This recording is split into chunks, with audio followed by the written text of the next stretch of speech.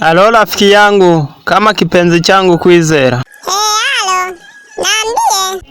Hivi rafiki yangu, unajua Radio Kwizera kama namba 1 kanda ya Ziwa kwa huduma zao wanazozitoa?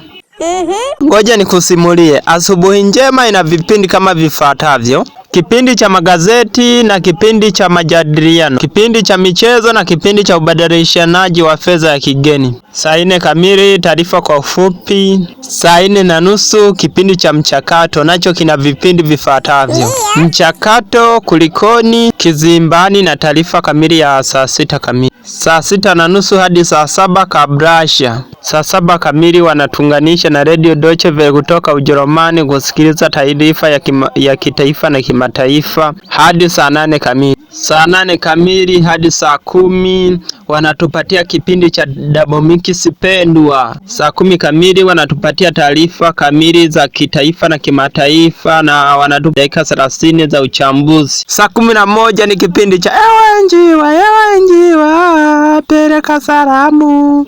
Ewe njiwa, leta salamu. Saa 12 wanatuunganisha na kipindi cha BBC.